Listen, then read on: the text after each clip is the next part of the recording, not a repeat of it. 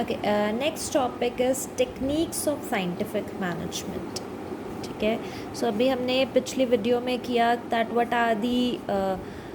what are the principles of scientific management. So those principles like cooperation, not individualism, harmony, not discord, to bring the efficiency, yeah, developing the employees to their greatest efficiency, scientific management, all these, how they can be achieved is with the help of these techniques.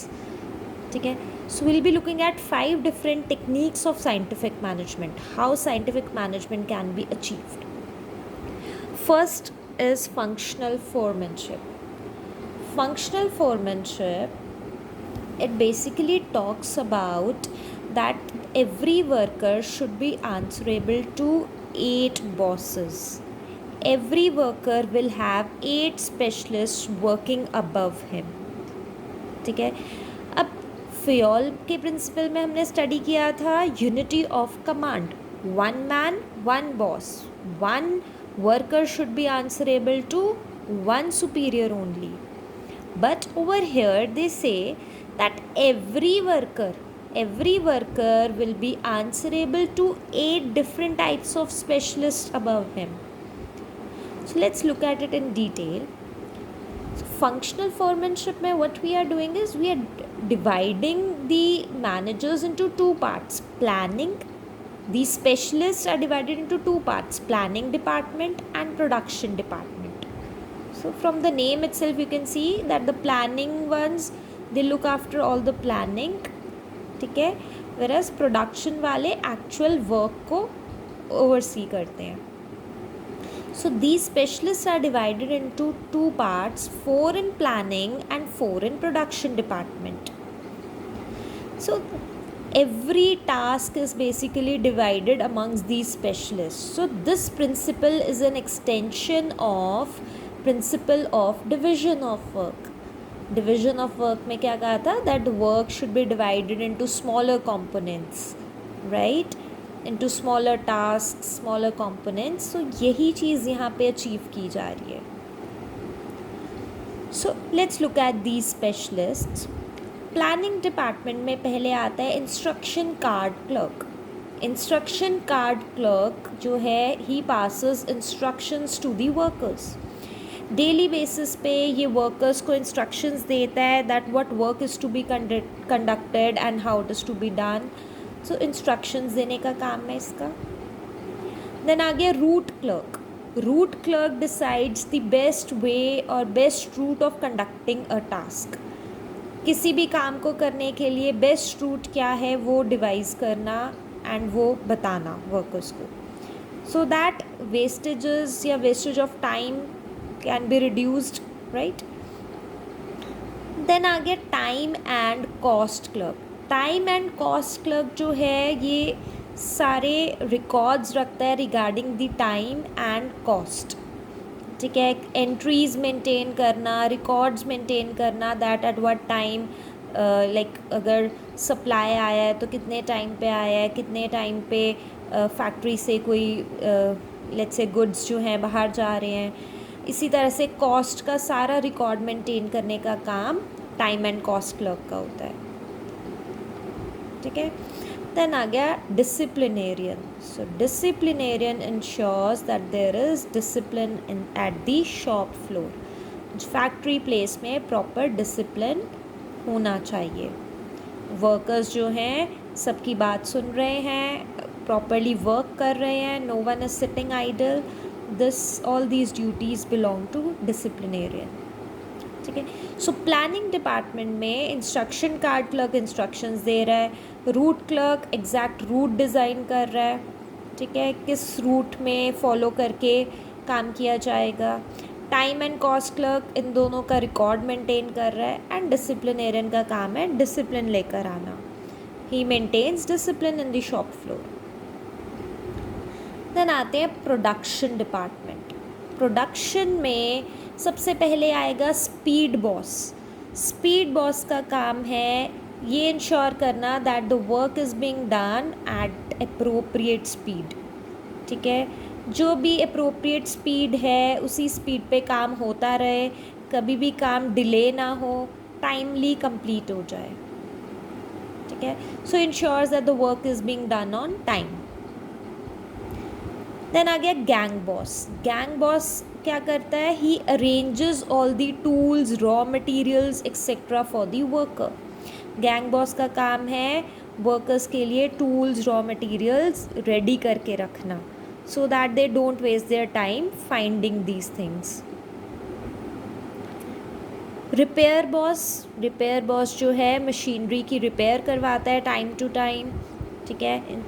He ensures that the machineries are always in the working condition, कभी भी ख़राब ना हो.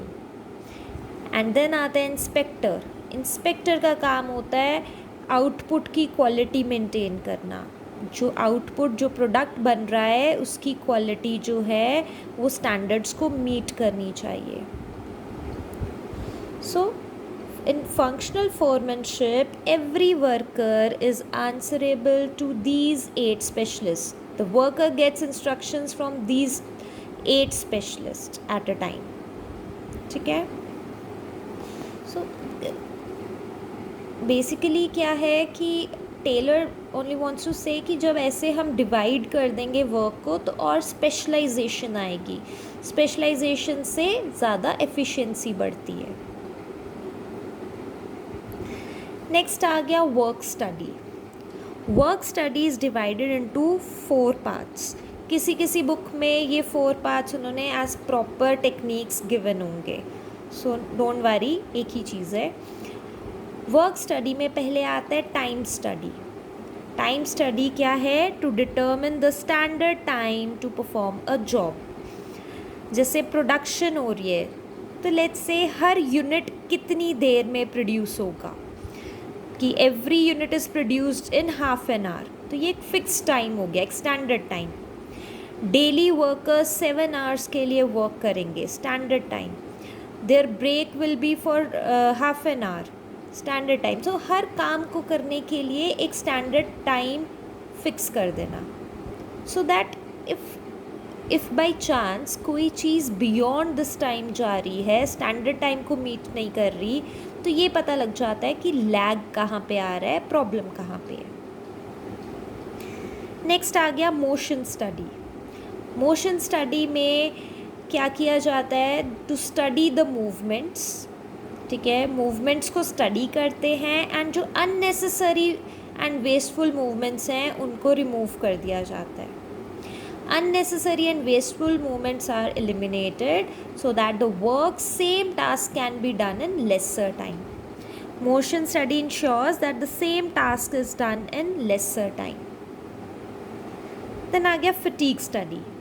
Fatigue study में to determine the amount and frequency of rest intervals in completing a task. See, employees जो हैं daily job कर रहे हैं. Now if you provide them with appropriate amount of rest intervals, like दिन में 2 बार break दे दी, तो क्या होगा? उससे उनकी एफिशिएंसी बढ़ेगी. जैसे कई बार हम आफ्टरनून में नैप ले लेते हैं तो उससे क्या होता है कि इवनिंग में हम ज़्यादा फ्रेश होते हैं and we are able to complete more work, या कोई भी टास्क ज़्यादा अच्छे से कर लेते हैं. Same goes for workers as well. अगर वर्कर्स को time to time rest intervals मिलेंगे तो they will be able to gather some energy, freshen up, and वो और ज़्यादा अच्छी एफिशिएंसी से काम करेंगे. So determine the amount and frequency. दिन में कितनी बार उनको ब्रेक देनी है और क्या ड्यूरेशन की होगी, 20 मिनट्स की होगी, हाफ एन आवर की होगी. That is fatigue study. Then आ गया method study. Method study is to find best way of doing a job. किसी भी काम को करने के लिए एक बेस्ट मेथड चूज़ कर लिया कि this way the work can be done in a better manner, ठीक है. तो मेथड कुछ भी हो सकता है, बट एक फ़िक्स कर देते हैं कि इसी मेथड से काम होगा. जैसे अकाउंट्स में depreciation can be charged on straight line method या फिर रिटन डाउन मेथड होता है. 2 मेथड होते हैं अकाउंट्स में डेप्रीसिएशन लगाने के, स्ट्रेट लाइन या रिटन डाउन. तो कंपनी फिक्स कर देती है कि हमने स्ट्रेट लाइन मेथड ही फॉलो करना है, तो whatever they feel is the best way वो एक फिक्स हो जाता है, एंड फिर रूटीन वर्क में it is easy to conduct the work.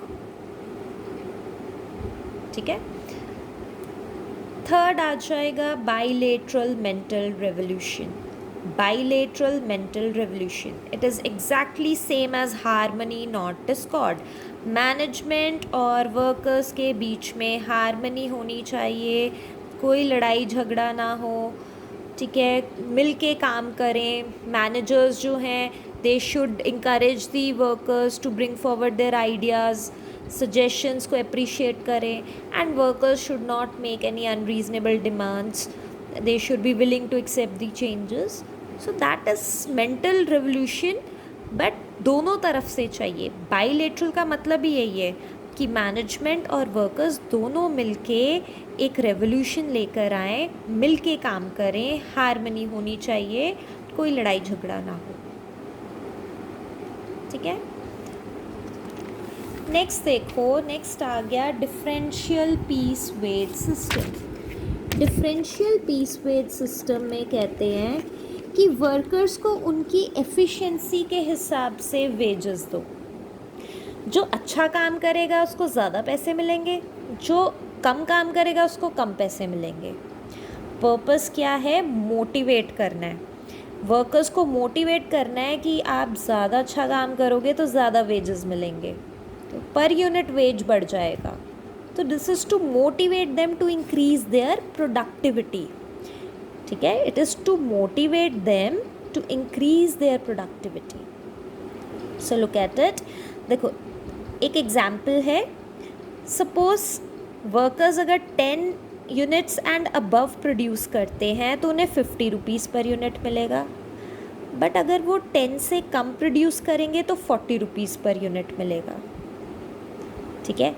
सो अब एक वर्कर अगर 11 यूनिट्स बनाता है तो 11 इंटू 50 550 पर डे अर्न करेगा।